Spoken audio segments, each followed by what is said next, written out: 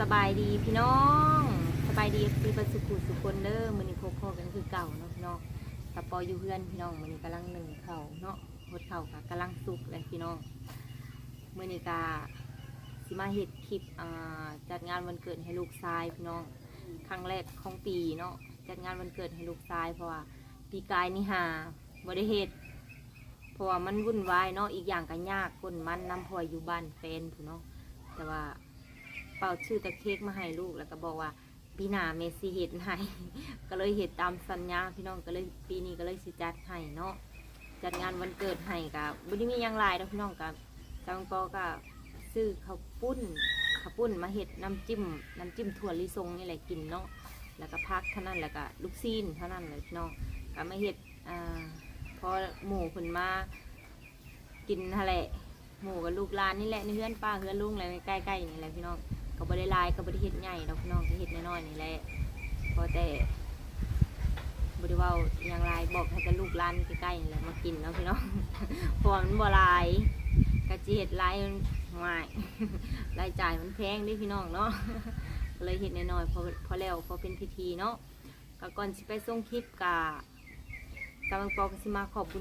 ณพ่อและน้องหลายๆเด้อที่จัดงานวันเกิดให้หลานชายหลานน้อยปีนี้เนาะก็ขอให้พ่อมีสุขภาพร่างกายแข็งแรงอยู่ดีมีแห้งสุขมาร่ำรวยเด้อคิดสั่งสิ่งใดก็ขอให้ได้ผลสำเร็จเนาะค้าขายง่ายมือได้เด้อขอให้มีกำไรล้นมือ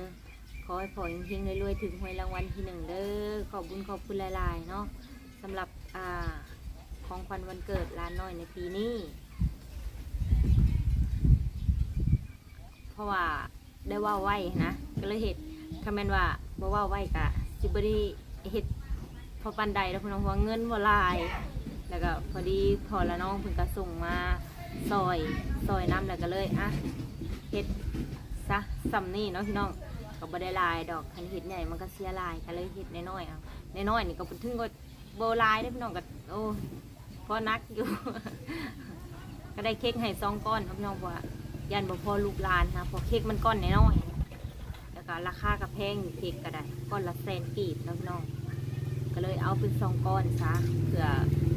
เด็กๆแค่นี้เขาก็บ่ค่อยได้กิน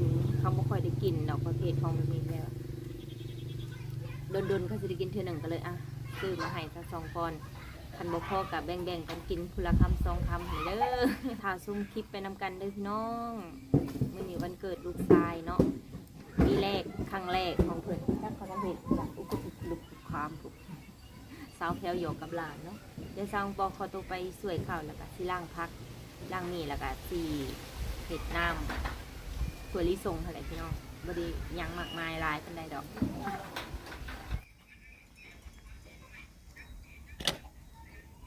1 ลูกซีนเนาะ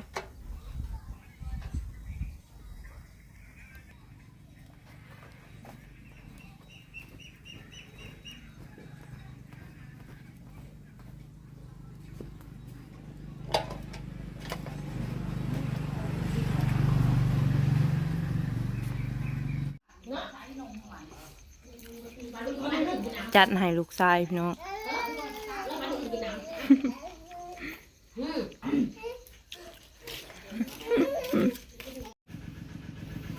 ตอนนี้เมนูของกิน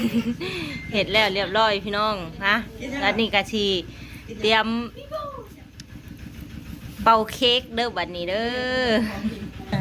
ได้เค้กมา2 หน้าโหลดลูกชายเอาไปแล้วป้ายนางเห็ดลมนี่หลดเอาไปเลยบ๊อบบี้2 ก้อนพี่น้องตัวนี้ก้อนนี่พี่น้อง2 หน้าจ้าไปเข้าใกล้ย่าอย่าไปย่าไปผู้ฮับไปนั่งน้ำแม่ตัวผูกใช้คือดับไม่ใช่เอาลงนี่นะยับก็มาที่สมัยยับไม่กี่คุยบัวเสือนั่นขับไปมือลิขับไปบุรีห้องเพลงเลย3 บาทว้าวนะแม่ชิลองเป็น Happy birthday to you Happy birthday to you Happy birthday Happy birthday Happy birthday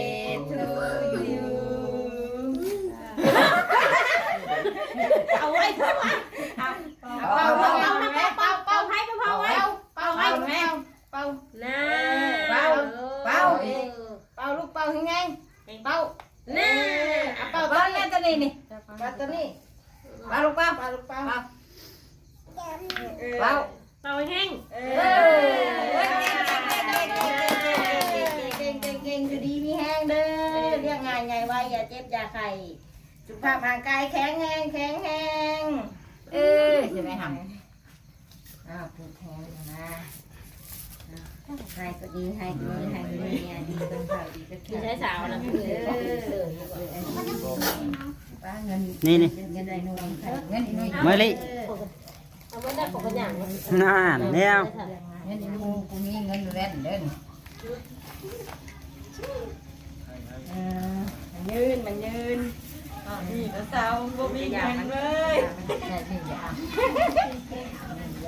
มาแม่นะให้มาก็พอจะค่ะ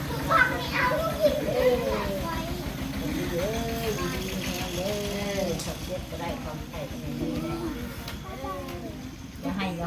ลายเด้อจะแอบแม่ลายเด้อ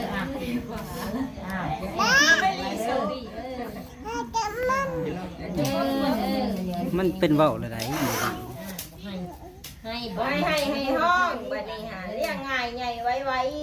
อย่าดื้ออย่ามึนว่ายังกับพังควมแน่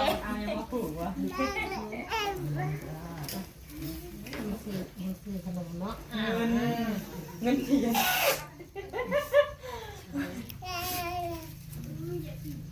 ห้ากระมาโอ้ยซุ่มผู้สาวเอ้ยเป่าแล้ว5กระมาบ่ป้าจ้าเข้าไปผู้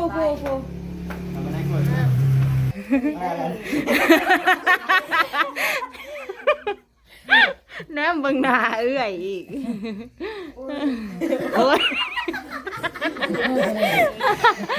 โอ้ย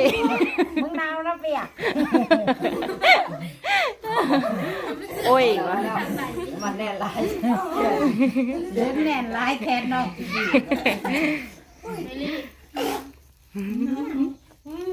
เอานี่ยังเส้นหนึ่งเอากล้วยยังเส้นหนึ่งค่ะกล้วยตอนนี้กำลังกินพี่น้องเด้ค่ะลูกชิ้นค่ะเอาตีเบิร์ดแล้วกิน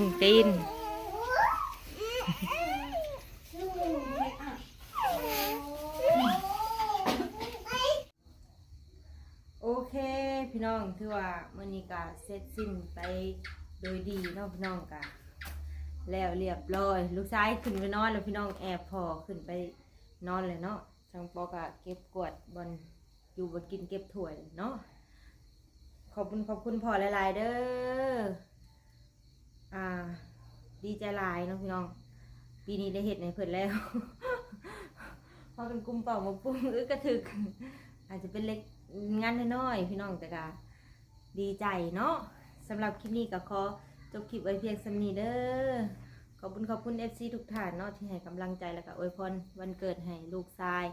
สำหรับคลิปนี้ไปก่อนพี่น้องสบายดีเด้อ